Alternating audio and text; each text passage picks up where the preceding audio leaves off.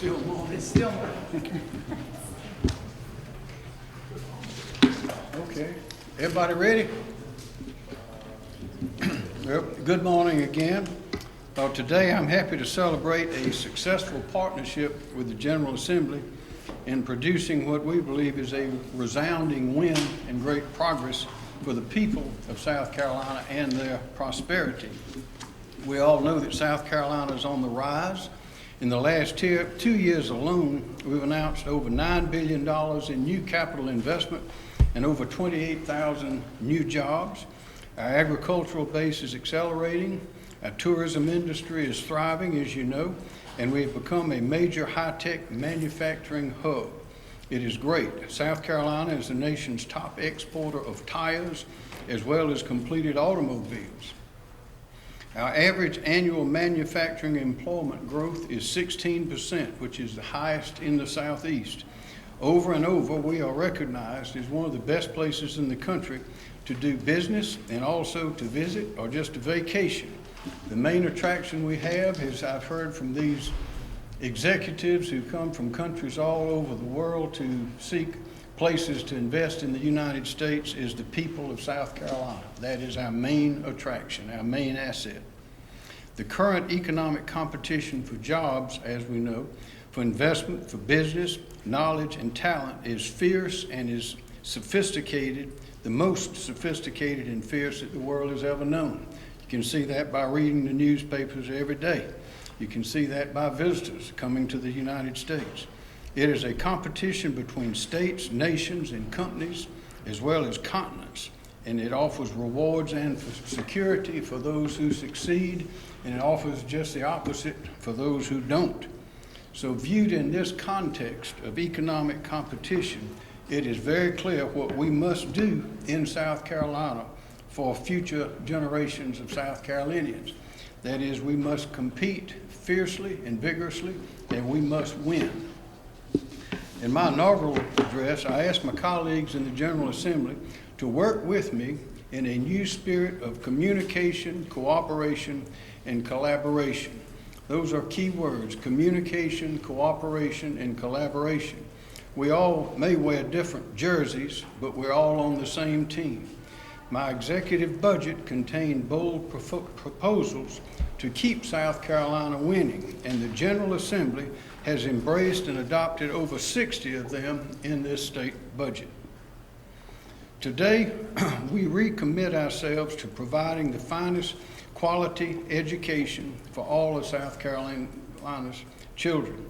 Recruiting and retaining excellent teachers was enthusiastically embraced by both chambers and both parties, resulting in the first of many steps to continue investing in our teachers and our classrooms. Increasing teacher compensation was our first bold step, but there will be more. As I've previously noted, being perceived as weak in education is not good, but being perceived as weak in education and not being committed to fixing it is disastrous. Our Rural School District Economic Development Closing Fund is a new idea whose time has come. I proposed it in the executive budget and included in this budget, and it will provide a spark for recruiting jobs and investment into our state's most impoverished school districts. This funding will enhance recruitment of companies in areas of the state which they might not otherwise consider, creating jobs, infrastructure, and long-term revenue. This is a first for South Carolina. We have never had such a thing, and this, in connection, in conjunction with other such attractions we have, we believe will cause great positive change. Creating jobs and careers in these school districts, these rural poverty-stricken school districts, will help transform the communities themselves. It will provide stability, it will help keep families together, and it will offer the many opportunities of prosperity that other parts of our state enjoy. The state budget emphatically begins the process of making the words "corridor of shame" a fading memory. Our classrooms and schools have to be safe. They have to be free from distraction and violence. That is why I proposed numerous times placing a school resource officer, that is a trained law enforcement officer, in every school, in every county, in every district, all day, every day. The General Assembly has commendably provided significant recurring funding to begin this process right away. That is a great step forward. The budget also supports my proposal to provide every public school in our state with quick access to a mental health counselor through the Department of Mental Health's School Services program. This way, the warning signs of troubled behavior and violence can be detected before it occurs and not after it occurs.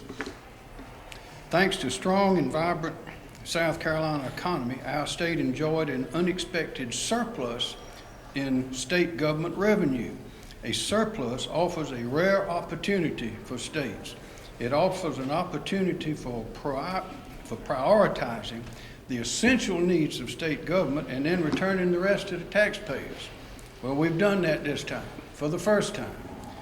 It's not as much as I asked for, but the General Assembly embraced my proposal for a refund for the first time in modern history. I hope it's not the last, and South Carolina taxpayers will receive a one-time rebate check. On the question of tuition, it's too high. This state budget funds my proposed one-year freeze on tuition, on fees for in-state students at our public technical schools, colleges, and research universities for the 2019-20 academic year. We hope that this freeze will serve as a first step towards a comprehensive overhaul of higher education funding and tuition reform. It is badly needed. Prosperity requires many things. A strong workforce being number one. It involves vision, innovation, and brain power for us to succeed. It also requires us to enhance and increase our investment in developing a skilled workforce to fill the evolving demands of today and tomorrow, which will be powered by breakthroughs and advancements in technology and also in knowledge. We need a knowledge-based economy in South Carolina, and we're working towards that vigorously. This budget directs more resources and funding towards enhancing workforce training and development than ever before. Workforce scholarships and grants, apprenticeships, skilled trade recruitment, and partnerships through our state's technical colleges will continue to provide South Carolina businesses with a strong pipeline of future employees who are ready to work. Collaborations among business, industry, and academia will chart our course. And I believe that we are leading the nation in these collaborations among academia and these businesses and industries that come to South Carolina. It's now become fairly routine for these businesses when they are coming to seek out our universities, four-year schools, and technical colleges to determine ways that they can collaborate with this workforce. It's working, it's a great advantage, and it's free for the companies. One of the most important roles of government, as we all know, is to provide for the safety of the children, safety of the citizens. Maintaining enough law enforcement presence in South Carolina requires keeping experienced officers in their jobs and training new ones. This state budget addressed several of my executive proposals to accomplish that, including pay raises, retention bonuses, and the hiring of new officers. There are no finer law enforcement officers in the United States than we have in South Carolina, and we intend to keep it that way. So, to my colleagues in the General Assembly, I say this: the people of South Carolina saw the year begin with our pledges of cooperation, communication, and collaboration. I believe this state budget embodies that commitment. I ask that we continue to work together vigorously, thereby ensuring that future generations of South Carolinians can keep winning and prospering. And there's one more thing that we have not done, and that deals with education. We made great steps. We took big steps forward. We raised the teacher compensation, we have the closing fund, we have the resource officers, and we have the mental health counselors. There's more to be done. This is a huge area that needs to be vigorously worked on by us all, and that is by passing the education reform bill. It has passed the House, it's now in the Senate. It needs to pass. There's no reason why the legislature, they're in sine die adjournment, there's no reason why they cannot continue to work over the summer and fall to get this done and get it passed. There are a number of things there that they need to do. We need accountability for the school boards. We need to remove some more of the standardized testing, and we need to be able to consolidate failing school districts. Under current law, we cannot do these things. So I'm renewing my request. I want the Senate to return to Columbia. I want the Senate to return to Columbia and finish the work on the education reform bill that the House has passed. There's no reason we can't do that right now. And if we do that, this will be an even bigger year of success and prosperity for all of our people. Lieutenant Governor, would you like to add something? I would. Good morning. Thank you all for coming today. As Lieutenant Governor, I've had the privilege and the honor of traveling the state and meeting with Rotaries and businesses and voters. And they are excited about how this session has gone because they have seen something that they haven't seen, and it's cooperation. As the governor said, cooperation and collaboration and working together. Because what they want to see is they want to see positive things happening for the people of South Carolina. And I'm proud to stand next to the governor because I think we're setting the gold standard of how government should work for the people of their states. As a former business person, I stand by the governor's vetoes of the budget because transparency is important in our businesses, in our homes, and in our lives. And I commend the governor for wanting that here with our state. That's also what I hear from business owners. They want to make sure that the money that they send to Columbia is being spent the best way it can. And I think that only comes with transparency. So I'm honored to be Lieutenant Governor and be part of this process and to work alongside our governor. So thank you. Yeah, thank you. It's a fact, if you've ever seen a fist fight, you know there's no work getting done while the fighting's going on. So the less fighting, the better, the less arguing, the better, but there's plenty of room for debate, and that's what we want the Senate to do on this House education bill, is come back, debate it, discuss it, and pass those measures. We need them. There's no point to waste. I want to emphasize we've made great strides already in what we've gotten accomplished. But we need to finish that work and need to finish it right away. The only thing standing between those additional measures in the reform package is right now, the will of the Senate. So we want them to finish that work, and let's get that done. Add that to the list of accomplishments, which has been a great year of accomplishments for the people of the state. We'd be glad to try to answer your questions. Yes, ma'am. Out of the 28 items that are listed here as far as your vetoes, what would you say is the biggest or most crucial one that you kind of want to be worked on? I think the main one the Lieutenant Governor mentioned is transparency.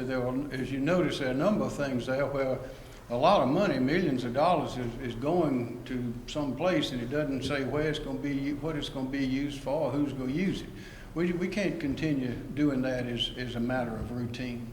Because every dollar that comes in to be spent, somebody had to earn that dollar out there. Some citizen had to work and pay in taxes for that money to come in.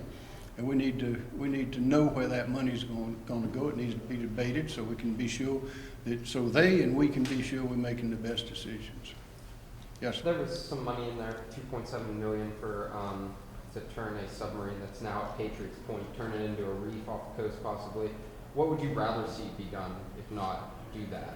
Well, I wish it were in great shape and we didn't have to do that, because I know it's a great attraction, but I don't think that's the proper use of the people's money. In this year's budget, there was obviously a very heavy emphasis on pay raises for state employees, teachers, judges, etc. Right. What do you see as next year's emphasis in the budget? Well, we have to continue examining our compensation for teachers. If we don't have the finest teachers in the country right here teaching our children, then we are missing a grand opportunity. All these businesses want to come to South Carolina from all over the world. It stands to reason people are coming too. You know, Greenville is growing by 48 people a day. Charleston's growing by 48 people a day. there's no reason why we can't have the excellent teachers in every school in South Carolina. This is a great place to live. So education is critically important. But a part of that, as you've heard me say, is the economic growth. You have to have strong families, economic growth, and strong education in order for us to continue this prosperity. Was there any piece of the budget that you wish lawmakers had fulfilled to your request? Is there any area of the budget? Yes, I wish they'd given more money to the closing fund. I wish they'd given more money in the rebate. I wish there's several things that they did not fund to the extent that I asked, but they funded it, and some of them are for the very first time. So I believe in Ronald Reagan's approach. You might not get all of what you want, but you get some, and that's a start. And so a lot of what you see in this budget is a great start for the people of our state. Governor, one thing you did veto was the money that the Senate and House set aside for farmers. Did you support that money, or were there some other factors that kind of went into it? Maybe you couldn't veto it because of some other things going on in Washington, D.C.? Well, we were hoping that there would be some action in Washington that would reduce our necessity for spending money, but that has not happened. We can't take a chance. What is your message? I mean, there's a couple of congressmen who have blocked this federal aid bill right now. I mean, what is your message then? Obviously, farmers here are hurting from last year's hurricane. So what's your message to these congressmen? I think they ought to change their mind and quit objecting. As you know, this requires unanimous consent at this point there, and they ought not to object. It's the agricultural productivity in South Carolina is enormous. It's one of our largest sectors. I think it's 40 billion or so a year. Without it, not only do we suffer, but other parts of the country and the world. Agriculture is critical to our future and our welfare. And we need to support, we need everything we can to remove the obstacles from all sorts of businesses and pursuits so that people can prosper. Agriculture is extremely important. Overall, Governor, you talk about the cooperation you've had with the legislature this year. I mean, that hasn't happened before in the past, past two governors, I'll just put it that way. Philosophically, is that something that's very important to you? What exactly, when you came into office, why exactly did you say we need to cooperate instead of? Because that's the only way you get things done. And many people in life, they've learned that lesson. It seems that when you get to the State House, all of a sudden you forget life's lessons. But in the various places I've been in government, in U.S. Attorney's Office, collaboration among the different agencies was enormously successful. Same thing in the Attorney General's office. And it works everywhere. And you can see that by collaborating and cooperating, communicating with the leadership and others on both sides of the aisle, in the House and the Senate, have produced some remarkable results that people did not expect. We've had more meetings in this office here as well as in the Speaker's office, outside the Senate, on telephone calls. It's constant, and as well as with people who have good ideas or have a question that they want to bring to the attention of the government in some way. But you cannot fully utilize your full strength without collaborating, communicating, and cooperating. Last question, if there is one. What are the next steps, I guess, for when the lawmakers will challenge what you have together? Well, I think they'll challenge it. We'll explain to them. Those who have questions, we'll try to explain it to them. But the next thing I want to see happen is I want the Senate to come back and work on its education plan. Have you communicated with Senator McMaster about that? Sir? Have you communicated with the Senate Yes, leadership sir. about coming back? Yes, sir. In that room. Have they seemed on board? Ma'am? Have they seemed on board? I think they're thinking about it. I hope they're thinking about it. Listen, there's no reason not to do that. We all know these things have to be done. Why are we putting it off? Most of them don't cost any money. Well, we ought to go and do that. There's no reason in the world why we cannot take another big step. We've taken some already in what has passed. There's no reason not to take more steps and finish up this year's work this year and start anew with refining and adding to what we've built next year. No reason at all to wait. It's just a question of will. Thank you, everyone. Thank you. Thank you. Thank you.